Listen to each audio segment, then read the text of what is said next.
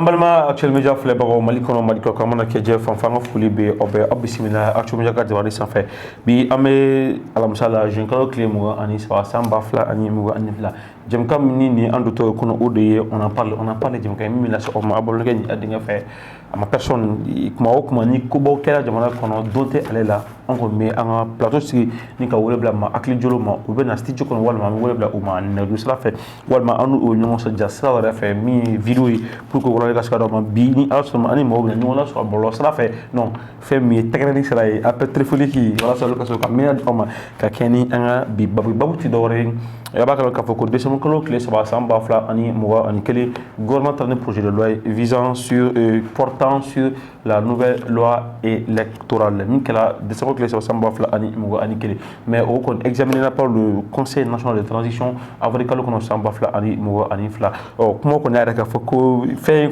tara assis la carte makala mais assis condamné na décembre ko le tan kele fo ta c'est voilà mais kuma beni a so ta c'est la ga so ka se kala nga babuto no fe babuto dore altercation ko kala ni o sama samali entre le CNT et les deux membres du gouvernement depuis loin qu'on adopté la kuma be ka chaya mais akon me président ka bolo ka le tan drobe ale bolo wala ma chigi wala ça loin aka promulguer wala ma ka renvoyer pour une deuxième relecture parce que c'est vraiment kenina ani wole bla amena wole bla manani ma o ma fro o abdou nyangale ko fon dile amara bachir MCRF amza beso ale chifna kay jigiya ko la fo ta c'est Moussa Sadjan comme so ale sharia kala magay jem kay bébé na monton ni ka di oma actuel média tola bienvenue dans votre émission on en parle à tout de suite. Ambalma actuel média flebao anya fo aye to mina jam kamni amo kono ma fromini amelo tanya fo aye odeye ayere korake oye ale fana ye kuno fo ndilay moro ale konti bogo dugole ale toye abdul nyang ye kuno fo ndilay ale fana ko maru mami kon shifina kado mi akli kon cholo ko sebe nyang anga foli biye amba be joli dogo e bismillah kena kono ka be fo ka be wala mando be lamne alhamdulillah ba ko blala. Alors, Jumadon, je ne sais pas si Samba Fla, Ani Mougon Fla. On connaît le gouvernement comme la CNT et Nyakro.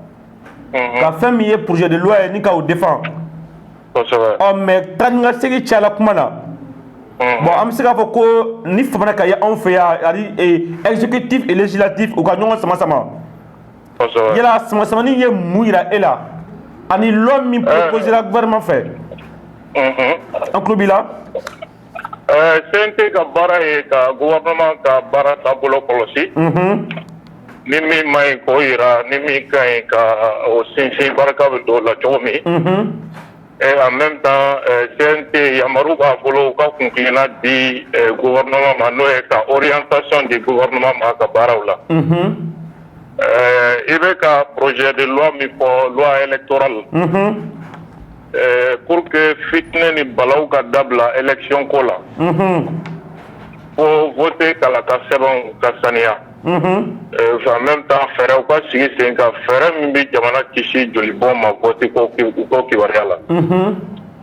iba do shia ko ni dine ko fitne ko fe élection ko fitne de ka bon farafina élection ko fitne bi se ka wolo guerre civile la ina fa de la ka jamana do kono chogomi donc sababu munu bina no e fo ka fere de se tenga o sababu be se ka kotroma ko mais gouvernement nana ni loi mi e a loi era ke chogo folo guerre civile tumbe se ka wuli ko la no e ka voter bi d'abord parti politique de kama parti politique sigi kun ye fanga ɲinini ni fanga marali de wa Mali constitution ye parti politique de ta u tɔgɔ ma ko élection bɛ kɛ olu de bɛ fanga ɲini a kɛra mairie ye a kɛra député sigi a kɛra président sigi ye hali n'a y'a sɔrɔ candidature indépendante bɛ yen mais mɔgɔ ka taa loi électorale sɛbɛn i ka bureau kɔnɔ parti politique bɛɛ sen bɔ o la ale yɛrɛ ni mɔgɔ damadɔ minnu bɛ hakilina kelen kan a n'olu ka jɛ k'o sɛbɛn. I kabini jɔn ye si tɛ yen min i kabini jɔn ye sisan. premier ministre a n'a ka ministre damadɔ minnu ye sariya in sɛbɛn ka taa ni ɲɔgɔnna loi sugu sɛbɛn parti politique bɛɛ sen bɔli la baara la o kan. Donc vous avez vu parti bɛɛ y'a k'a fɔ depuis ko in bɛ sen na k'u tɛna jɛn n'a ye. Partout tun ye mankan daminɛ. Bon à supposer que CNT tun ka nin voter cogo la balawu ma na wa. A kuma tun bɛ caya. Hali parti minnu bɛ ka transition dɛmɛ a bɛɛ ye kangari da k'a fɔ k'u tɛna jɛn n'a ye. O kɔfɛ mɔgɔ wɛrɛ minnu bɛ yen n'olu da bɛ jamana ko la n'o ye groupe armé minnu ni gouvernement bɛ processus de paix la. A kɛra CEMA ye a kɛra plateforme ye a kɛra mouvement de l'inclusivité ye u bɛɛ tun y'a jira gouvernement bɛ nin sira min kan olu tɛna jɛn n'a ye. Fo bɛɛ da ka don vote fɛn in kuma na. Donc CNT kɛlen ka sariya minɛ CNT ye nin bɛɛ de wele bɛɛ ka na i fɛla di. Droit de l'homme jɛkulu syndicats musotɔnw magistrats CNT ye nin bɛɛ de wele u kana u hakilina di sariya in kan. U bɛɛ nana jira k'a fɔ sariya in fan min man ɲi min bɛ se ka bɔ a la min bɛ se ka ta a kɔnɔna la u ye maa hakɛ min bisimila k'o lamɛn maa 260 pour que a jamanaden bɛɛ k'i hakilina di a ko kan. Deuxième point ye min ye o ye organe unique ko min n'a fɔra k'o ka sigi pour que vote balawu min wolola coup d'état la o ɲɔgɔn kana kɛ. Ko cour constitutionnelle ye kalata namara. Maintenant Choguel ninnu nana ni fɛɛrɛ min ye o ye organe unique sugu ye min fana bɛna jamana bila guerre civile wɛrɛ sira kan.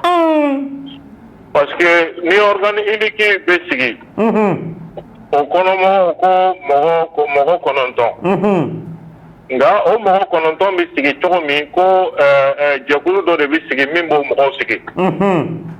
O jɛkulu min bɛ sigi min bɛ organe unique mɔgɔw sigi mɔgɔ 7 de ye o mɔgɔ ye. O mɔgɔ 7 la 4 ye premier ministre ta ye ale b'o di. A tɔ 3 ye colonel Malick Diaw ye. O kɔrɔ société civile sen bɔra a la partiw sen bɔra a la. Jamanadenw ka représentant kulu fɛn fɛn bɛ yen o bɛɛ sen bɔra o la. Wa o organe unique dun n'i y'a ta k'a lajɛ se min talen bɛ k'a di o ma. O ye parti minnu ka kan ka financement sɔrɔ budget la o de b'o jalatigɛ. Voter sɛbɛn n'o ye fichier électoral ye o de b'o jalatigɛ. Ka na bɔ o la mɔgɔ min kan ka kɛ candidat ye mɔgɔ min man kan ka kɛ candidat ye o de b'o jalatigɛ. Vote jaabi farali ɲɔgɔn kan organe unique vote jaabi dili k'a fɔ karisa de ye sebaya sɔrɔ organe unique. Ni o organe unique contrôle bi premier ministre bolo parce que ale de ka mɔgɔ ka ca a kɔnɔ. Ale de ni dungɔmɔgɔw bɛ sigi a kɔnɔ majoritairement. O kɔrɔ n'a man di premier ministre ye mɔgɔ min ka kɛ candidat ye se b'a ye k'a fɔ k'o ka candidature man ɲi. O kɔrɔ ni élection kɛra et puis n'a mɔgɔw sigira san 7 u tɛ se ka wuli. A supposer que o ka kɛ Choguel ka démissionner. A ka taa kɛ candidat ye. Organe unique fanba ye ale de ka mɔgɔw ye. Mais Sɔrɔsiw fana ye candidat ye, Adema ye candidat ye, RPM ye candidat ye. Organe unique mana fɔ ko Choguel de gagné na mun nana. A kuma bɛ caya. Côte d'Ivoire guerre wulila nin cogo de la. Mais nin ka jugu ni Côte d'Ivoire ta ye parce que Côte d'Ivoire ta sariya ka ɲi mais u ye sariya waleya cogo jugu de kɛ. Mais nin ye ka guerre civile de ta k'a kɛ sariya ye ka voter. Donc CNT mɔgɔw ye fɛsɛfɛsɛli kɛ ka nin yɔrɔw de ta ka bɔ a kɔnɔ yɔrɔ juguw de ta ka bɔ a kɔnɔ min bɛ bɛn yɔrɔ 92 ma et puis n ɲinɛna min kɔ ko o organe unique kelen de bɛ hali AM sécurité sigi ɲɛnabɔ. AM yɛrɛ.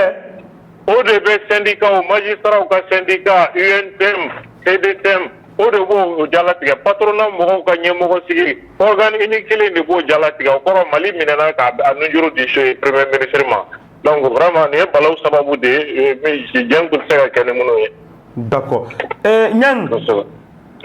Yala amendement 92 min donna la. Kosɛbɛ. Yala bisigi bɛ ka hakilisigi bɛ se ka sɔrɔ ko président min na ni sariyakisɛ promulgué wa? Non, jamanadenw bɛɛ de ye ka kumakan ye nin ye a kɛra jamanadenw gouvernement et puis gouvernement yɛrɛ kɔnɔ. I b'a dɔn u ye nin baara in kɛ administration territoriale yɛrɛ ministre u y'o sen bɔ a la kalata ko bɛɛ b'o min bolo. A organisation n'a fɛn bɛɛ u y'o yɛrɛ kɛ den kɛrɛfɛ ye. Ka tila k'o jɔyɔrɔ bɛɛ minɛ a la. donc balaw nana basigi baliya nana hali gouvernement yɛrɛ kɔnɔna la maintenant CNT u ye fɛn o fɛn kɛ den kɛrɛfɛ ye CNT bɛɛ de wele ka bɛɛ fɛla ta sisan et CNT kɔnɔna la fana CNT mɔgɔ 121 ye mɔgɔ 115 bɛɛ de votera ko CNT a kɛ cogo min olu b'o de fɛ mɔgɔ 3 de votera loi in contre la bon o mɔgɔ 3 min votera a contre la o mɔgɔ 3 ka vote kun fana tɛ k'u bɛ gouvernement de fɛla fɛ Fuseni Ouattara ko ale bolo constitution de kan ka falen fɔlɔ sani nin loi in ka ta ale votera contre la o de kama Aboubakar Komba fana ka position y'o ye nka sabanan n'o ye Amadou Amion Gindo ye ale votera loi in contre la parce que ale Choguel tun ye min don a kɔnɔ ko syndicat ka ɲɛmɔgɔyatigi ko organe unique b'o ɲɛnabɔ CNT y'o article yɛrɛ de supprimer pewu mais ale ɲɛna ko CNT de y'o don a kɔnɔ quoi ça veut dire que ale ma hali a kalan fɔlɔ k'a lajɛ min don o de la ale taara voter contre la donc jamanadenw bɛɛ jɛra ka fɛn min kɛ CNT a voté ADEMA ye communiqué kɛ groupe armé minnu bɛ nord la inclusivité SEMA a tɔ bɛɛ ye communiqué kɛ k'u bɛ nin de la cadre d'échange des partis et regroupements olu y'a yira k'a fɔ CNT ye baara kɛ cogo min a taara olu nimisiwasa sira fɛ société civile jɛkulu donc k'a fɔ ko président de transition bɛ taa jamanadenw bɛɛ ka sagoya sɔsɔ pour que k'a kɛ premier ministre kelen sagoya ye ne ma da la ko président de transition bɛna don o da fɛ ma da o la Abdou Niangi ami fo walali la o diyara n ye ni ce I kan bɛ a ɲɔgɔn wɛrɛ ma ni kun ye Abdou Niangi ale ye kunnafondila ye ale kɔni ka minatɔ di anw ma ka kɛɲɛ ni an ka bi babu kɔfɔlen ye fɛn min ye vendredi don juin kalo tile 16 san 2022 CNT kɔni ye ministre 2 kɔni k'olu bisimila u ka soba kɔnɔna na fɛn min ye projet de loi min kun dila gouvernement fɛ CNT amendement 92 de apporté a la o ko in kɔni kɛra samasamali ye Abdou Niangi ale y'a ka minata di an ma ka kɛɲɛ ni o ye an bɛ taa ɲɛfɛ walasa ani Amara Bacili ani ale ka ɲɔgɔn lasɔrɔ M5 RFP. À tout de suite. Anya faye tomi Amara Bacili ale be ambolo M5 RFP koro anga foli biye nyara ka foli bawe I bisimila nga kene kono alors koro jumadon je kalo kletan woro samba flani mwan fla gouvernement kono mais CNT olu nya koro fait un projet de loi visant sur la loi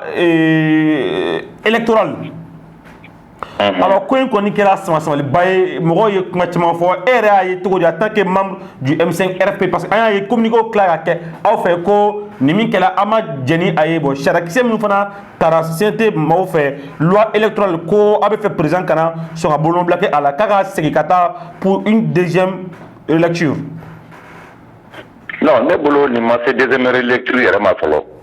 O kuma e ni M5 mɔgɔ ka miirina tɛ kelen ya? Non, ne bolo n'a ma so. Tɛ kelen ye. Munna? Ne ye nin f'u ye a mɛnna o ne n'u hakilina kun tɛ kelen ye depuis CNT créé n k'u ma CNT a sigi cogo ma ɲɛ a tɛ sariya bato. CNT ka ci mɔgɔ minnu b'a kɔnɔ u tɛ mɔgɔ si représenté u b'u yɛrɛ dɔrɔn de représenté. Bon d'abord CNT ye mun ye? Loi électorale ye mun ye? Loi électorale ye karata togo dɔ de ye min bi bɛn min b'a to mankan tɛ wuli min b'a to suɲɛni tɛ kɛ min b'a to namaratɔ tɛ fara a ka namaratɔya ma bon CNT ye jɛkulu dɔ de ye min bilara sen kan ten dɔrɔn a b'i ko photocopie do quoi hali sariya sunba y'a jira k'a fɔ sariya bulonba y'a jira k'a fɔ ko députéw tɛ bon kabi CNT sigi waati an ye CNT problème bɛɛ fɔ bi mɔgɔ dɔw dabali bannen don mais a t'anw dabali ban parce que n'i ye irresponsable ta k'a bila poste de responsabilité la a tɛ se k'a baara kɛ o. donc e fɛ fɔ ko maa minnu bɛ CNT kɔnɔ ce sont des irresponsables wa. mɔgɔ minnu bɛ CNT kɔnɔ mɔgɔ sugu bɛɛ b'a kɔnɔ mɔgɔ ɲɛnamaw b'a kɔnɔ mɔgɔ b'a kɔnɔ qui sont carrément irresponsables. munna. bon n bɛna min f'i ye fana. allez-y allez-y. CNT membres ye conseillers de ils sont pas des députés. k'u bɛ u janya fɛn fɔ loi kan quoi olu ye conseillers dɔrɔn de n'a nana u kan ka se ka u hakilinata de di mais k'a fɔ mɔgɔw bɛɛ farala ɲɔgɔn kan e yɛrɛ ye wulikajɔ caman kɛ san caman bi hakili lajigin 2017 an bɛɛ bɔra ɲɔgɔn fɛ révision constitutionnelle la o kɛra an ko fo kana tacogo ka ɲɛ jamana in kɔnɔ o tɛmɛnen kɔfɛ coalition juste avant les élections a fɔra ko élection kana kɛ cogo si la ka sɔrɔ organe unique ma kɛ a ma kɛ mankan wulila élection kelen fana kɔfɛ résultat contestera ka tila ko mankan kelen de wuli tuguni ko fo kana tacogo ka kɛ sira jɛlen kan o waati mɔgɔ minnu tun bɛ fanga la an'olu kɛrɛfɛmɔgɔ an'olu jɛɲɔgɔnw olu de kelenw dɔw bɛ CNT la wa olu de ni CNT mɔgɔw bɛ ɲɔgɔn kalama olu de kelen bɛ ka u sinsin tuguni ko kɛbolo kura min fɔra tan fɔlɔ fanga tun bɛ parti politique de la parti politique mɔgɔw olu kelen bɛ ka sariya dɔw ni sariya dɔw ta k'i fait que n'i tɛ parti la ou bien ni parti t'i bolo i ka kɛ candidat yɛrɛ a ka gɛlɛn olu bɛɛ min bɔra la ani k'a fɔ ko mɔgɔw k'u kale kuranɛ la k'u kale bible la k'u kale u dannen fɛn min na k'u kale o la u y'a essayé k'o bɛɛ de bɔ a la en un mot en gros ko in bɛɛ kɛra de ka bɛn namaratɔya ma ou bien ka bɛn ko kɛcogo kɔrɔ ma mɔgɔw tun b'u pan min ma sinon o de don o jɛlen don pasi M5RFP ye mémorandum bɔ ko wɛrɛ tɛ o M5 ye kɛlɛ min kɛ pour le changement pour la refondation CNT b'o de contrôle n'i ye CNT yɛrɛ jateminɛ problème o problème bi jamana in kɔnɔ bi waati na transition kunda a problème bi bɔ CNT yan fan de fɛ bɛnbaliya o bɛnbaliya bɛ i b'a ye a bɛ bɔ CNT yan fan de fɛ i bɛ publication caman ye net kan bɛɛ b'u bɔ yɔrɔ dɔn koyi n ye kuma dɔ fɔ kisɛ ko in ye bɛnbɛnbɛn kɔrɔ de ye n'u bɛ fɛ k'a lawaleya waati min na an tun bɛ to k'a fɔ ko CNSP sanni rectification waati ka se o waati kelen na ko caman tun bolodara minnu si ko jɛlen ye dabiri caman tun kɛra n t'a dɔn ni hakili b'a la waati an ye wulikajɔ dɔ kun kɛ ko u bɛ ka yɔrɔ bɛɛ militariser k'u k'a dabila ne bolo hali n'a y'a sɔrɔ o tun kɛra parce que k'u kun jɔrɔlen don politicien dɔw an b'a fɔ minnu ma politicien jugu olu k'a fɔ k'u bɛ jamana in kuma yɛlɛma an bɛ se k'o faamu. o wa politicien jugu bɛ yen wa jamana ka hɛrɛ fɛ. Amara. oui. politicien jugu bɛ yen wa. fɛn bɛɛ juguman bɛ yen fɛn o fɛn bɛ a ɲuman bɛ a bɛɛ juguman bɛ yen i m'a ye don o don an b'a fɔ fasoden jugu wa. fɛn o fɛn bɛ yen n'a ɲuman bɛ a juguman bɛ yen. an tun ɲɛna u tun bɛ ka jamana matarafa pour que ka jamana kisi. mais n'an y'a ye ko olu yɛrɛ fana bɛ ka n'u yɛrɛ don dabiri dɔ la fɛn don an tɛ se k'an ɲɛ ci min kan waati min na table ronde tun kan ka kɛ i y'a ye ministère de l'administration territoriale olu ye sama-samali dɔ kɛ k'a jira k'a fɔ ko fo élection ka organiser olu de fɛ élection dɔ tun bɛ organiser olu de fɛ kɔrɔlen wa namara fana tun bɛ k'o waati de an y'a mɛn nin tile filanin na fana ko a fɔra ko sɔrɔsi dɔw bɛ kɛ candidat ye donc c'est en quelque sorte n'olu bɛ kɛ candidat ye. Mamɛ o kuma ye ŋununu kuma de yɛrɛ n'est-ce pas mais quel que soit ŋununu kuma la kuma kɔni bɔra araske de a fɔra a man jugu koyi a fɔra i ma a man jugu a kɛr'i sɔn yɛrɛ o de ka jugu kuma bɛ ka f'e ma e bɛ ka taa n'o taasira ye wa bi ko tɛ problème bɛ ka f'e ma e bɛ ka bɔ n'o sira ye o b'a jira ko y a anguille sous roche bon on ne peut pas empêcher quelqu'un d'être candidat n'importe qui peut démissionner de l'armée d'un moment à un autre ka kɛ candidat ye mais n'a b'i kunna k'i bɛna jamana kɔnɔdenw de namara ou bien fangakɔrɔ gɛnna suyɛnni ni namara min sababu la k'e bɛna o appliquer maliyɛnw kunna o kan k'o de b'u kunna. Amara. Tu sais le pays là n'appartient pas aux militaires. Amara. Le pays appartient à tous les Maliens. Amara. Oui. Donc on va dire que Sramé ko doni anatola Assimi kana ka kanda wa. Non, il ne s'agit pas d'Assimi. Il y a le problème d'Assimi Koui. Moi, je ne vois pas quelqu'un qui se plaint d'Assimi. Les gens se plaignent plutôt du président du CNT Diaw. Mais que ce soit Assimi ou que ce soit n'importe quel colonel ou n'importe quel général, et ou même n'importe quel lieutenant, il y a Mariadendo qui est candidat, il y a Balo là-haut. Mais n'a aucun de candidat, n'a aucun de jamanadenw bɛɛ ka hakɛ k'a b'o o taabolo de yɛlɛma ka k'aw kelen diyaɲɛ fɛn ye o de tɛ se ka kɛ kɛcogo t'o la i bɛ ka min n'an y'a lata i bɛ ka ma taa parce que i bɛ ka kunkolo man da i bɛ ka taara parce que a bɛ ka taa ni jamana ye sira min kan o tɛ jamanadenw fɛla ye coup d'état kɛra n'i y'a ye coup d'état yɛrɛ diyara mɔgɔw ye dɔwɛrɛ tɛ o parce que fanga jugu min tun b'an kunna o fanga jugu taara mais on peut pas comprendre k'o fanga jugu yɛrɛ mɔgɔw olu de ni fɛn tɛ mɔgɔw bolo bɛ ɲɔgɔn bolo bi o yɛrɛ de caman bɛ fɛn tɛ kɔnɔ ni ko fanga jugu ma olu ye jɔn ye fɔlɔ c'est ni ko fanga jugu ma olu ye jɔn ye mais fanga jugu mɔgɔ tɛ dɔwɛrɛ ye o régime kɔrɔ mɔgɔw jama wulila k'u jɔ ka changement de ɲini olu filɛ nin ye a b'u kunna k'a fɔ ko tant que Choguel de bɛ ko in na olu bɛ ban ma i y'a ye foyi tɛ fɛn tɛ kɔnɔ Choguel kɛlɛ kɔ foyi tɛ kɔnɔ Choguel kɛlɛ kɔ alors que ko in Choguel n'a rien à voir dedans hein soit Choguel a bɛ Choguel ɲɛsirala cogo min a bɛ tɔw fana ɲɛsirala ten de ko in filɛ nin ye Choguel ko tɛ o Assimi ko de don ani Diaw ko Assimi de ye gouvernement ɲɛmɔgɔ ye i n'a fɔ gouvernement équipe yɛrɛ bɛɛ ɲɛmɔgɔ ye Assimi de ye ni conseil des ministres bɛ kɛ Assimi de b'a présider olu bɛnna fɛn min kan ni jamana kɔnɔdenw bɛɛ bɛnna fɛn min kan o de bilala ka taa Diaw fɛ n'o ye CNT donc CNT mɔgɔw de y'a o saboter donc ko in tɛ u bɛ ka Choguel ko don a la ka essayer ka kɛ polémique ye Choguel tɛ o a bɛ Assimi ni Diaw de ni ɲɔgɔn cɛ o c'est entre le gouvernement et le CNT. Donc Amara au cours de ce ko ça ne va pas entre les militaires wa. Bon, la question n'est pas si ça va entre les militaires. Hein. La question est que certains ne sont pas clairs dans cette histoire-là. Sinon, Ambeni Ben Mankana, Ambeni Berouarola, et projet de loi et nous et organes uniques. Tout d'abord, à Foradjon de l'élection de Minaket en flying Konana. Non, on a dati do fo, on a bien au dasiga, ni c'est dans mon rabais dasiga, non, il faut hal no kera 2 mois au caillou. Mais au 2 mois, il m'a démarré, tant qu'il demande qu'on m'a blas 5 ans. Anti nata élection na oui. Amara, au moins, élection, ko la gère, Amara Bachili. Oui. A dou fala ko transition sans flawe fara ko ya bane, o ma karadat na kewa après 2 ans. Non, mina mi fiye, ma fatina kere. Moni jamana ko ma bla 5 ans. Élection mi namarali no kuma to problème be wuli jamana en kono. Tant que o ko malajaya antatote élection na. Wani loi en fana flene, loi en be se ka falen des moments à un autre. Hal ni nunu ka hakina ni do tarala bi avec contesté ou. Jamana denw de fura dama wulila depuis Soumala Cissé bɛ nin na fo bi a fɔra ko Mali problème bɛɛ bɛ bɔ élection de la mɔgɔw de tɛn'u yɛrɛ la ɲinɛ o kɔ et puis jamanadenw bɛɛ jɛra ni min ye mɔgɔ 100 ni mɔgɔ 15 tɛna se k'o bɔ cogoya la et puis a fɔr'u ye k'u tɛ député ye u bɛ député sara kan k'a ta u bɛ député avantage kan k'a ta u bɛ député mobile kɔnɔ ka boli u tɛ député ye Amara mais n'u ka sariya labato Amara mais n'u ka député jɔyɔrɔ ta dun mais ni u bɛ ka député jɔyɔrɔ ta dun non député conseiller ni député tɛ kelen o député filɛ nin ka sɔrɔ a élira de jama dɔ de bɛ yen min b'a kɔ par exemple n'a y'a sɔrɔ e ye Kucala député ye aw bɛɛ de bɛ kɔ e bɛ Kucalakaw dala kuma de fɔ i bɛ olu de ka ci lase mais mɔgɔ min nana o liste taara k'e tɔgɔ sɛbɛn i tɛ jama i tɛ peuple représenté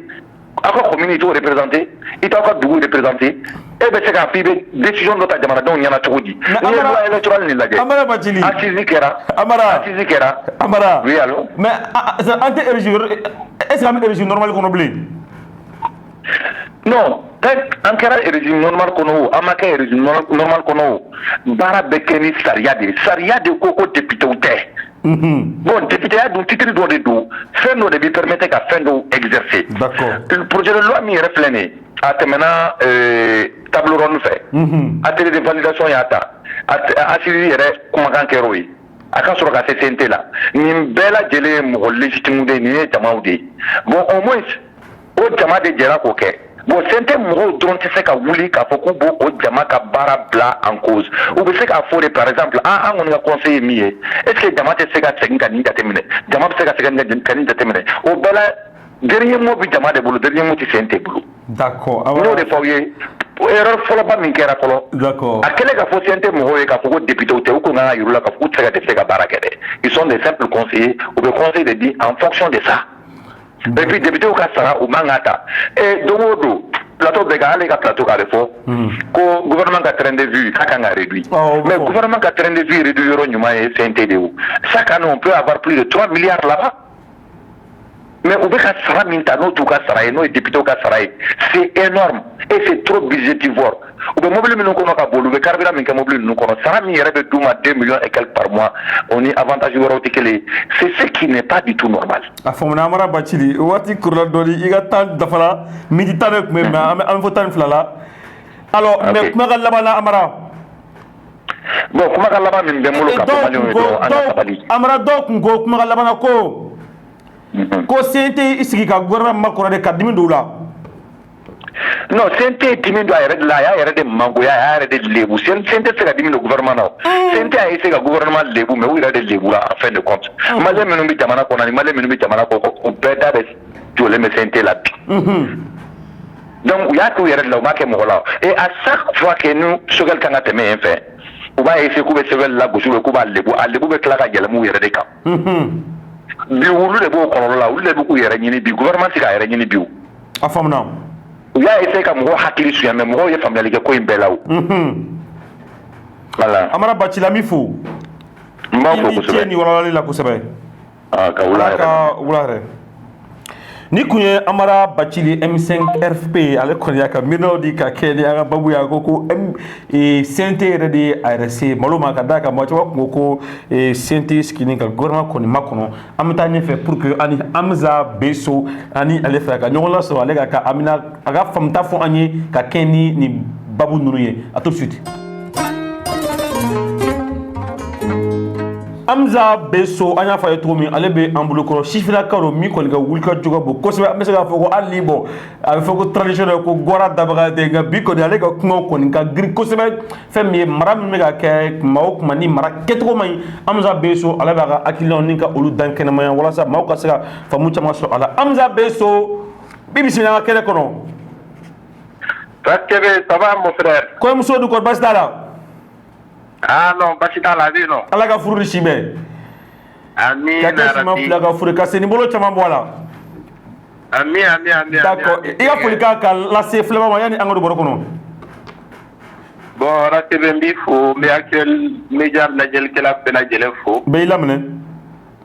bɛ maliyɛn bɛɛ lajɛlen fo n bɛ n yɛrɛ ka jɛkulu fo. N'o ye Jigiya Kura ye ale ni parti ICAP kɛrɛnkɛrɛnnenya la. N bɛ a fo.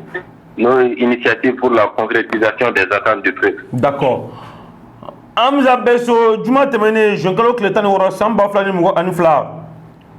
fɛn min ye projet de loi électoral min kun dila gouvernement fɛ décembre kalo tile 3 san 2021 ni o baara kɔni examinera ka na avril kalo san 2022 la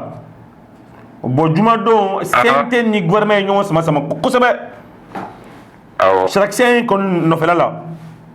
e bolo sarakisɛ i y'a ye cogo di ani samasamani minnu kɛra i y'a bila minɛn jumɛn kɔnɔ. Bon samasamani minnu kɛra ne b'a ye o ye politique ko yɔrɔ ye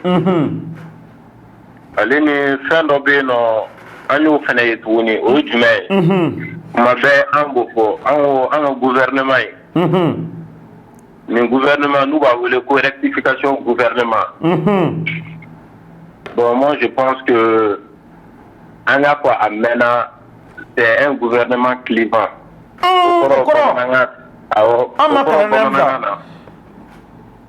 Au cours de coups de farafaralike. Ka farafaralike. O tɛ tugulikɛlaw tɛ, misiliw tɛ, farafaralikɛlaw don parce que n'i y'a jateminɛ. Amza o nɛni ye dɛ. Ayi nɛni tɛ. O tɛ nɛni ye. Non, ni mun ye i b'o wele u tɔgɔ de la.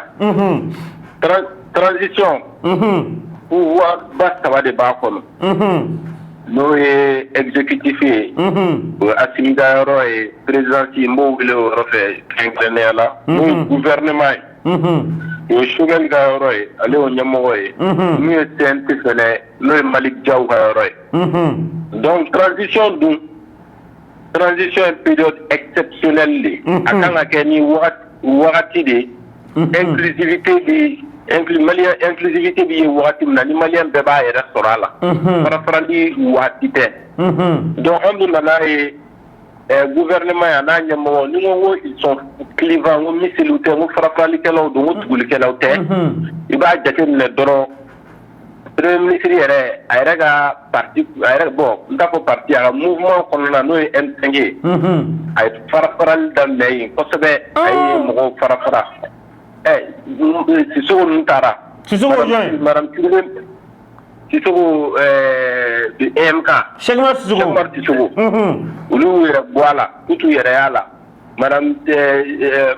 Kɛɲɛtu taara Bacili taara olu yɛrɛ bɔra k'u ka plateforme yɛrɛ sigi donc n'i y'a jateminɛ mɔgɔ baden de bɔra a la hali kawura ninnu olu bɛɛ kɛlɛ min kɛra M5 yɛrɛ kɔnɔna la fo ka siyɛtaw bɔ a la an bɔra o kalama ka bɔ o kɔnɔna la tuguni donc an bɛ ka n'a ye tuguni TNT yɛrɛ kɔnɔ TNT ɲɛmɔgɔ n'o ye Maliki Jaw ni Asimi ye premier ministre a b'a fɛ k'olu fɛnɛ bila ɲɔgɔn na n'i y'o fɔ kun de b'a la o kun ye jumɛn ye c'est que n bɛ maliyɛnw hakili jigi mai 2021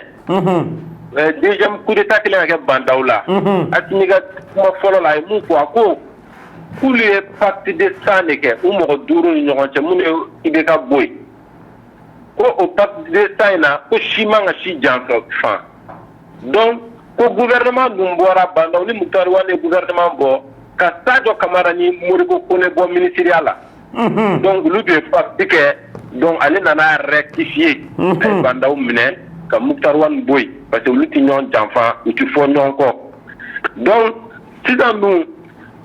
code électoral in projet kelen ka taa TNT la TNT kelen ka amendement kɛ an ɲɛ b'a la M5 tendance Choguel yɛrɛ ka dangan o ye lettre dɔ sɛbɛn ni o lettre ye 247 ligne ligne 247 o ligne 247 o y'o sɛbɛn le 19 don min na mɔgɔw sara Bankas mɔgɔ 132 sara Bankas au lieu que u ka ligne u ka nin sɛbɛnniba in kɛ k'a essayer ka fɛɛrɛ dɔ de créer k'a essayer ka hakilina dɔ créer mun b'a to ni jaji in tigɛ tuguni u m'o kɛ dɛ u ɲɛ ti nin saya ninnu na koyi u ɲɛ ti nin mɔgɔ 132 in ka saya la koyi u ɲɛ bi u ka projet électoral de la u y'o sɛbɛn de k'o adressé Asimi na k'a yira ko CNT mɔgɔw Malick Diaw n'a ka mɔgɔw olu t'olu fɛ olu ye faso cilaw de olu ye dugu cilaw de olu ye CEDEAO ka mɔgɔw de i y'a faamuya donc k'a yira pour que Asimi ka se k'a désolidariser ka bɔ Diaw la alors que Asimi de ye coup d'état dɔ kɛ Kamara ni Kone kama k'ale tɛ k'u jan o kɔfɛ tuguni o lettre kelen kɔnɔna la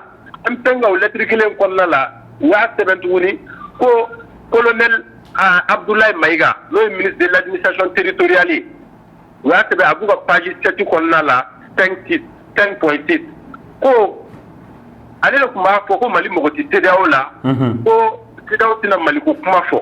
mais a b'a sɛbɛn lettre u b'a sɛbɛn lettre in kɔnɔna la ko n'u ye nin ko ni Asimi ni projet in promulgué ni loi in promulgué ko CEDEAO bɛna dimi Mali kɔrɔ ale min y'a don maliyɛn bɛɛ kun na a y'a sɛbɛn de dɛ ko Mali mɔgɔ tɛ CEDEAO la Mali ka kunnanko la ka tila k'a sɛbɛn ko CEDEAO bɛna dimi Mali kɔrɔ donc o kɔrɔ sisan nɔ waati min a b'ale arranger a bɛ taa CEDEAO ka côté la. I ko jɔn y'o kuma fɔ Hamza? I ko jɔn y'o kuma fɔ? Choguel Kokala Maïga a ka dangan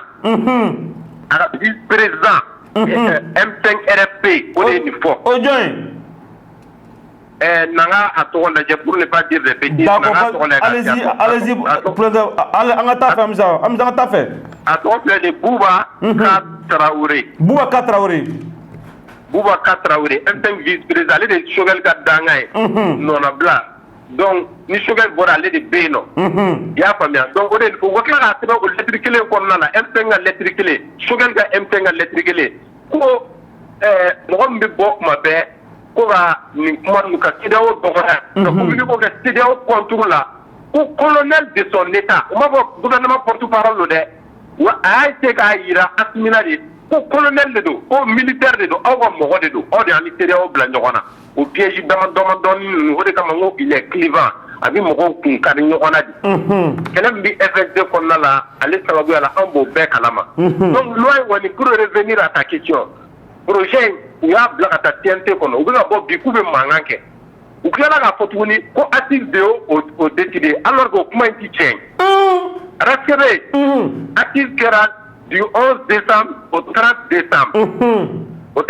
tɛ projet dun déposera TNT la u ka kɛlɛ kɛ projet min kama n'a ko ko Assise y'o fɔ le 3 décembre projet déposera TNT la le 3 décembre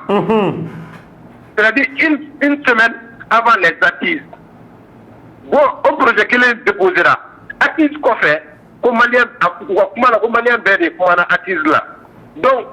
ale ye projet kelen min bila ale premier ministre ye projet kelen min bila o projet kelen tora TNT la a ma projet est retiré k'a modifier ni assise ye mun fɔ dɛ o projet kelen tora yen hali amendement kelen ma bɔ projet na plus de 200 articles donc ale kuma fɛn fɔ projet kɔnɔ assise sɔnn'o bɛɛ ma donc o b'a yira k'a fɔ an ye kuma fɔ hali assise ko ye u y'an ka miliyari 2 ani miliyɔn 500 de don assise la nafa foyi ma k'a la u b'a fɛ ka forme dɔrɔn di u ka fɛn ma i y'a faamuya donc projet in taalen TNT kɔnɔna la yɔrɔ damadɔni di projet in na olu ko TNT mɔgɔw y'a ye k'a fɔ ko tiɲɛ yɛrɛ la ko nin tɛ maliyɛnw fɛla ye projet in kɔnɔna la organe unique ko kuma de b'a la n'o ye AG ye donc ko organe unique ko ka cour constitutionnelle o cour a tɔgɔ ye di CENI ninnu fɛn bɛɛ da bɛ élection ko kuma la ko k'a bɛɛ dabɔ élection na ko k'a di organe unique ma o tɛ problème ye donc sisan tuguni o organe unique bɛ sigi cogo di ko mɔgɔ 9 de b'o organe unique in sigi o tɛ problème ye mɔgɔ 9 min bɛna o organe unique in sigi mɔgɔ 7 de désigné mun bɛ mɔgɔ 9 in sigi donc n'olu ko karisa gagné élection na o y'o karisa gagné olu de bɛna président sigi olu de bɛna député sigi olu de bɛna référendum kɛ élection kunna ko maire olu de bɛna a bɛɛ sigi o mɔgɔ 7 in donc mɔgɔ 7 bɛ sigi cogoya min na i b'o dɔn RATP n t'o dɔn Hamza o mɔgɔ 7 in na ale kelen premier ministre ale bɛ mɔgɔ 4 sigi o bafa ni cliché yɛrɛ o bafa ni cliché yɛrɛ Hamza n ko ye bafa ni cliché yɛrɛ o t'o ye wa donc ale kelen de bɛna sigi o kɔrɔ élection in na o bɛna élection résultat bɔ o mɔgɔ ninnu olu y'ale ka mɔgɔ sigilenw de ale dun ye parti politique dɔ ɲɛmɔgɔ ye mɔgɔ bɛ se ka s'o ma cogo di o de kama TNT mɔgɔw ko non a premier ministre k'a ti kɛ tan wa a ye Asimi dabɔ o mɔgɔ 7 in na a ma foyi di Asimi ma a bɛ tilen ka o Asimi mun commentaire kɛ Mali institution a mun bɛ segin a ma kelen di institution foyi ma institution dun olu de bɛ Mali bondaw n'a bɛ se ko la Hamza o t'o banya Hamza n'ale bɛ se ka ɲɛnabɔ dun n ko ni ale bɛ se ka ɲɛnabɔ dun a to a ka kɛ n'ale bɛ se ka ɲɛnabɔ a to a ka kɛ ale kelen ti maliyɛn wara tebe ale kelen n bɛna mun f'i ɲɛna mɔgɔ kelen fa ti ala ye Mali ye mɔgɔ miliyɔn 20 de ale kelen tɛ ka kɛ Mali bɛɛ ye institution minnu bɛ yen organisation minnu bɛ yen société civile minnu bɛ yen minnu bɛɛ bɛ bonda de présenter commandant dɔ de kan ka di ninnu bɛɛ ma organe unique kɔnɔ vu que ni organe unique de bɛna élection kɛ i y'a faamu donc sisan nɔ TNT ko de ko non k'a ti kɛ ten premier ministre u ma kuma jugu fɔ koyi u ko k'a ti kɛ ten k'a bɛ kɛ cogoya min na ko bon ko mɔgɔ min bɛna ni mɔgɔ ninnu sigi sisan nɔ ko mɔgɔ 15 i y'a faamuya a mɔgɔ 15 bɛ sigi cogo di ko premier ministre ko bon ko e yɛrɛ ka kelen ta fɔlɔ o ye e yɛrɛ bakun ye ko président komi e n'o bɛɛ bɛ exécutif kɔnɔna la e y'o ka ciden de ko bon k'an bɛ 3 di o ma o tɛ 4 ye TNT président k'an bɛ 2 di o ma parti politiques 3 bɛ di o ma religieux fɛn caman bɛ yen nɔ dɔ bɛ ko dɔɔni ka di bɛɛ ma donc ni olu bɛɛ farala ɲɔgɔn kan sisan nɔ ko ka o de bɛ sɔrɔ ka kɛ ka organe unique in sigi RATP ni tilani tɛ mɔgɔ min kɔnɔ ni ko wɛrɛ tɛ mɔgɔ min kɔnɔ ni golo bɛɛ y'i yɛrɛ sɔrɔ nin na bɛɛ représentelen don kɛlɛ bɛ yɔrɔ jumɛn olu kɛlen ka o amendement kɛ o nɔgɔnin na dɔrɔn o tile 2 dɔrɔn a tila ka message lettre tɛmɛ k'o ci Asimi ma ko n'o don ko Asimi kelen k'a bɛɛ sigi ko bɛɛ k'i da bɔ a la ko ka mɔgɔ 7 sigi a m'a daminɛ nin na o n'ale ka projet fɔlɔ la ale tun ye Asimi da bɔ a la e b'i ye kuma faamuya TNT mɔgɔ de ye 3 di Asimi ma ale tun ma fɛn yɛrɛ di Asimi ma donc a ko o kɛlɛ in dɔrɔn de la yan nɔ a faamuna a faamuyara Hamza Beso waati kuruna mais yanni an ka bɔ baro kɔnɔ yala ni min kelen filɛ nin ye sisan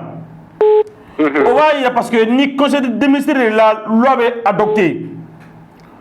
c'est le président qui préside le conseil du ministre exactement an bɛ se k'a fɔ ko sani projet ka taa di président tun b'a kalama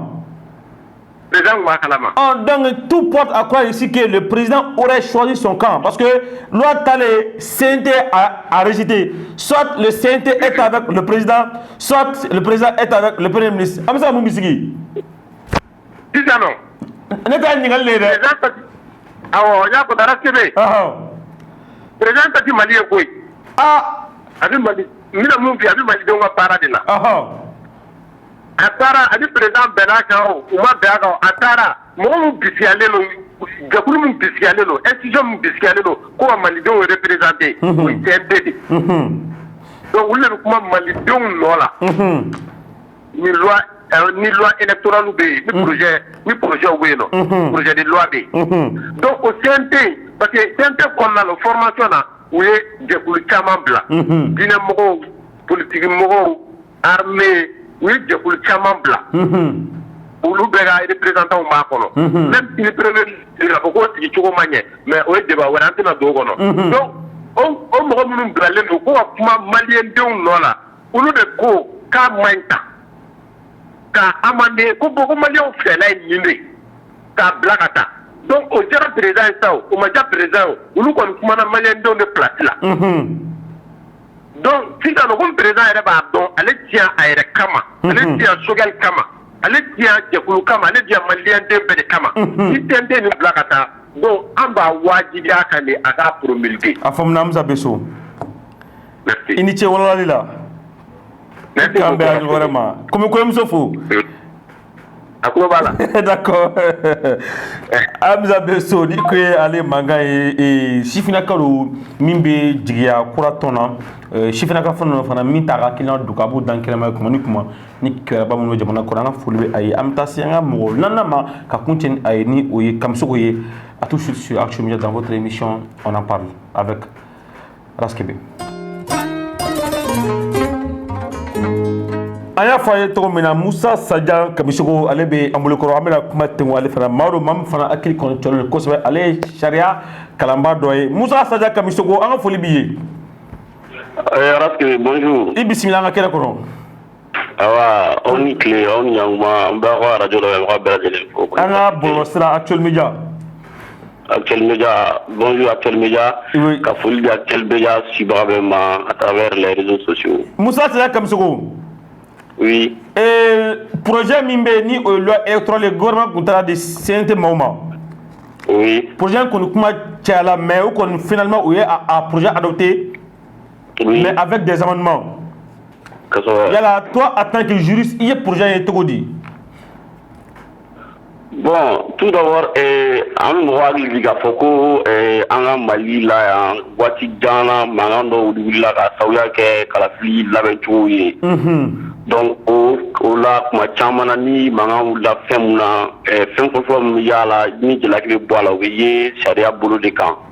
Sabula mɔgɔw bɛ sariyatigiw de jalaki soit sariya yɛrɛ cogoya ta cogoya la walima sariya yɛrɛ ɲɛfɔ cogoya la.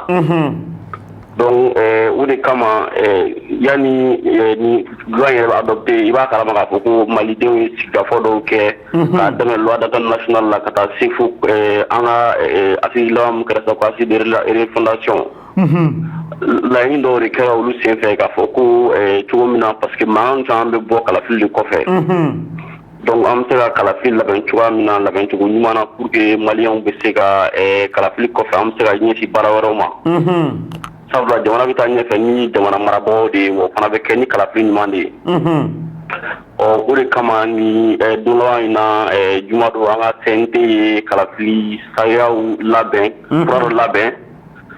n'o sariya kun bɔra an ka gouvernement yɔrɔ la. An bɛ mɔgɔ hakili jigin k'a fɔ ko an ka jamana kɔnɔ sariya taabaa ye faso bulonba de ye. N'o bɛ yen bi n'o ye CNT ye. Bon sariya fana b'a fɔ ko gouvernement bɛ se ka a ka laɲini sariya laɲini bila ka na CNT mɔgɔw fɛ yen walima assemblée la. Olu b'a lajɛ ka n'a ka di u bɛ sɔn a ma walima u bɛ se ka a se ka taa a fɔcogo min ka di u ka taa laɲini ladon cogo la. Walima olu yɛrɛ olu fɛ yen n'a dir'olu olu ma olu bɛ se ka yɛlɛma dɔw don a kɔnɔ n'o ye amendement ye. Donc amendement de senfɛ bi na an b'a fɔ la ni CNT ye o kɛ gouvernement ka projet de loi in na walasa jumadɔw ka se ka o sariya kura in ta. An b'a fɔ sariya kura min yɛrɛ taara sariyaden 225 de b'a kɔnɔna na n'an k'o ma ko article. Donc sariya sigi sen 225 in kɔnɔna la a nalen CNT ɲɛkɔrɔ. CNT a lajɛ ka 92 de yɛlɛma la n'a fɔ ma ko amendement tende ka jate la k'a fɔ fɛn caman tun b'a kɔnɔ mun ni fasodenw ka taabolo tɛ taa donc u ka se k'olu yɛlɛma ka bɛn cogoya ma tunu ni Mali fanba hakilina bɛ taga olu y'u ka sinsikan kɛ mun ye u ko de ko sabula jamanaden fan caman ɲininkara minnu ye sariyatigiw ye mun ye parti politigiw ye mun ye société civile mɔgɔw ye fo ka taa se fan caman u ye ɲininkaliw kɛ u y'a ye gouvernement tun ye loi mun proposé o loi tɛ se ka passer o tɛ jamanaden fan caman hakilina ye olu dun ko k'olu bɛ jamanadenw de kama donc olu tɛna se ka cogo si la ka se ka o passer hali n'i y'a sɔrɔ kumaw janyana gouvernement ni CNT ni ɲɔgɔn cɛ an b'a ye k'a fɔ ko yɛlɛ gouvernement kɔni loi mun bila ka taa loi ye ɲamana kosɛbɛ kosɛbɛ komi n y'a fɔ cogo min na nka kɔfɛ yɛlɛmani kɔfɛ CNT mɔgɔw y'a ye loi in voté u ka mɔgɔ 100 ani mɔgɔ 11 ko k'u jɛna ni loi in yɛlɛmani ye CNT ka version mɔgɔ 3 k'u ma jɛn n'a ye mɔgɔ fɛn kɔni tun salle kɔnɔ bɛɛ votera donc mɔgɔ n'a fɔ mɔgɔ 100 ani mɔgɔ 14 de tun salle kɔnɔ députéw la yɛlɛmani kɔfɛ mɔgɔ 111 k'u sɔnna a ma mɔgɔ 3 k'u ma sɔn a ma mɔgɔ foyi ma ban vote ma donc o de la an b'a fɔ k'a fɔ ko loi bi an yɔrɔ min na sisan a bɛ président de la république ka tabali sanfɛ komi an ka sariya sunba b'a fɔ cogo min na ne ma fili article 40 ou 42 a b'a fɔ ko tile 10 bɛ président bolo ni assemblée walima an ka CND sariya minnu bila ka taa feere a ka se k'i bolonɔ bila a la n'an ko ma ko promulgation ale b'i bolonɔ bila a la pour que ka sariya yamaruya a ka boli jamanaden bɛɛ lajɛlen kan an kɔni bɛ président makɔnɔla o la hali n'i y'a sɔrɔ kuma dɔ la ni sariya minnu bɛ yen n'olu kan ka ta joona ni président tile 10 bɛ se ka surunya ka kɛ tile 8 ye donc loi min kɔni votera an ka jamana kɔnɔ ni waati la o ye nin ye maintenant mankan bɛ yɔrɔ minnu kun nɔfɛ n m'a dɔn n'an da bɛna se olu ma mais ne bɛna peut-être n bɛna essayer ka bila i ɲɛ dɔɔni allez-y mankan tun bɛ parce que n'a fɔra ko kalafili an kun fɛ Mali la baara yɔrɔ caman caman tun bɛ fara ɲɔgɔn kan pour que ka kalafili labɛn bon ni ko tigi caya ko kun cayara a tigi bɛ caya bon ni tigi cayara kojugu kuma dɔw la hakilinaw bɛ fɔ ɲɔgɔn kɔ walima ko labɛncogo yɛrɛ bɛ gɛlɛya o kama a ɲinina malidenw dɔ caman ye fanba y'a ɲini k'a fɔ komi n'a fɔ jamana caman na a bɛ kɛ cogo min na ka se ka kalafili yɛrɛ ko bɛɛ kalifa baarakɛyɔrɔ kelen na walima service dɔ la donc a bɛ f'o ma ko autorité indépendante de gestion des élections o kɔrɔ ye baarayɔrɔ min ɲɛsinnen baarayɔrɔ min bɛ yen nɔ ni a sirilen tɛ baara wɛrɛ fosi la ale bɛ ɲɛsinnen don kalafili baaraw ma donc a kun fɔra pour que autorité yɛrɛ sigi sira la sigiba kala kan mɔgɔ dɔw de kan ka na ni autorité ye mɔgɔw sigi gouvernement kun y'a ɲini k'a fɔ ko mɔgɔ min b'o autorité o mɔgɔw sigi o bɛ bɛn mɔgɔ 7 de b'o autorité o mɔgɔw sigi o mɔgɔ 7 na gouvernement ye ale yɛrɛ bɛ mɔgɔ 4 di awɔ gouvernement bɛ mɔgɔ 4 cogoya wɛrɛ la premier ministre ka sariya yɛrɛ kɔnɔ a fɔra ko premier ministre yɛrɛ bɛ mɔgɔ 4 di o b'a fɔ ni kilicɛ ye sa dɛ parce que an b'a fɔ k'a fɔ gouvernement ani premier ministre bɛ se ka bɔ ɲɔgɔn na sariya la parce que gouvernement y'u bɛɛ lajɛlen mais n'i ko premier ministre ta tɔgɔ ma o kɔrɔ ye ko premier ministre yɛrɛ kan o y'ale ka compétence spéciale o y'ale ka baara spéciale ye donc premier ministre tun bɛ mɔgɔ 4 bɔ donc mɔgɔ 3 tɔ ninnu o tun bɛ bɔ a bɔcogo wɛrɛw la CNT ka laɲini y'a yɛrɛ k'a fɔ ko bon n'i k'i b'o kɛ a bɛ gɛlɛya jamana kɔnɔ sabula jamana yɛrɛ kɔnɔ n'i y'a mɛn premier ministre ni gouvernement sariya la olu bɛ exécutif de kɔnɔna la o exécutif président yɛrɛ fana bɛ yen nɔ ni compétence bɛ di président premier ministre ma c'était président mun olu mun bɛ sanfɛ donc maintenant olu y'a ɲini k'a fɔ bon komi a bɛ cogo min na sisan an ka jamana ye an ko an bɛ démocratie jamana de la jamanaden bɛɛ da kan ka don kalafili labɛncogo la parce que ni mɔgɔ min kan ka kalafili jaabi dibaaw ni kalafili labɛnbagaw choisi olu man ka kɛ mɔgɔ ye ko mɔgɔ kelen b'o sugandi sabula an ka démocratie sariya la ni jama fama ta yɔrɔ min na jaabi bɛ t'o de bolo fanga b'o de la n'a fɔra ko ka jɛkulu sigi jɛkulu min ye mɔgɔ 7 ye ne kelen mɔgɔ 4 di kaban o kɔrɔ ye e kelen ka mɔgɔ 4 mun di CNT ka laɲini o kɔrɔ ko olu mana mun fɔ dɔrɔn o bɛ kɛ parce que jama sariya ye o de fɔ u mɔgɔ mun ka jama mana caya jo bɛ d'o de ma. Donc walasa ka banamini kow ɲɛ ani k'a yira k'a fɔ ko jamanaden bɛɛ fana bɛɛ kuma da bɛ yen nɔ. Jamana kɔnɔ. Loi mun votera sisan. O le bɛ organe ka kɛ mɔgɔ 7 a kɛra mɔgɔ 18 de ye. O mɔgɔ 18 bɛ kɛ mɔgɔ 15 o bɛ kɛ dilan cogo di? Allô? Oui, en club là, Moussa Sadian. O mɔgɔ 15 bɛ labɛn cogo di? Comme jamanaden y'a fɔ cogo min na kuma jamanaden bɛɛ de kan ka da kan ka don kuma la. O mɔgɔ 15 bɛ tilan mara yɛrɛ kɛbagaw n'o ye pouvoir public mɔgɔw ye. An b'a fɔ cogo di fɔ cogo la an ka organe de la transition mɔgɔw bi. N'o ye parce que an ka organe transition ye jɛkulu 3 ye. N'o ye président, gouvernement ani CNT. N'i ko transition fɔ bi olu 3 de don sariya la. Donc maa 8 kɛ olu 3 ma. Donc comme jɛkulu ye mɔgɔ 15 ye mɔgɔ 7 donc o bɛ tilan jamanaden tɔw ni ɲɔgɔn cɛ. Maa 8 minnu dira jamana marabagaw ma. Président de la République yɛrɛ président de la transition autant pour moi ale bɛ mɔgɔ 4 di. Donc CNT bɛ mɔgɔ 1 di. CNT bɛ mɔgɔ 2 di autant pour moi. Président du conseil de collectivité ale bɛ mɔgɔ 1 di. Conseil économique social o bɛ mɔgɔ 1 di. Bon comme maliyɛnw caman bɛ yen nɔ ni laban 2 min fɔ sisan. Oui. Et ma premier ministre t'a fait. Le premier ministre est mort joli. Premier ministre, monsieur le président de la transition est mort ça dit. Mort ça va. Ah, premier ministre est mort Kelendi. Mort Kelendi. CNT président est mort Kelendi. Au conseil des collectivités président est mort Kelendi. Conseil économique social et culturel est mort Kelendi. Donc comme président Flala mu connaît au mot chanton dans le Gouné. Ni ko président du conseil des collectivités.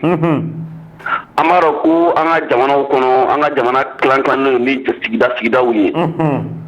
N'o ye région, cercle, commune ani arrondissement. D'accord. Jamana olu jamanadenw olu sigida ninnu kɔnɔ jamanadenw ka lasigidenw de voté mairie sigi fɛ. Musa Sadia i ka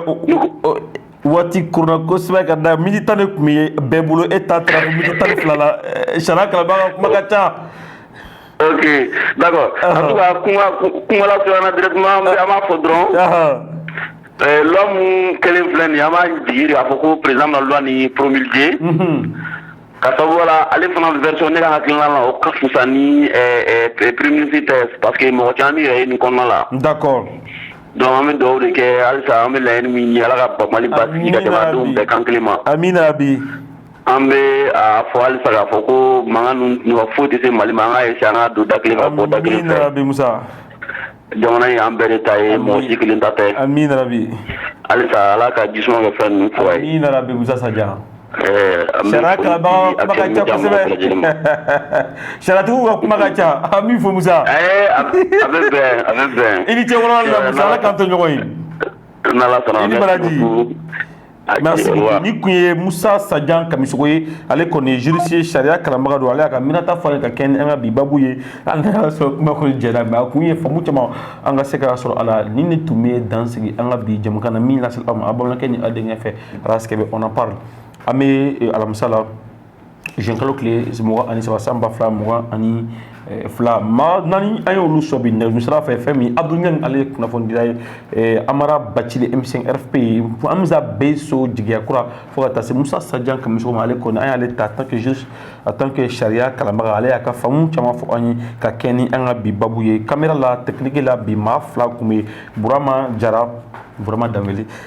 Sekou Silamaga montage la a bɛna kunba jale sɔrɔ diffusion ni ala sɔnna a bɛna ne yɛrɛ cɔngɔli sɔrɔ o la ni o ye Araskɛbɛ a kan bɛn a ɲɔgɔn wɛrɛ ma wa salam jamana la k'a basigi.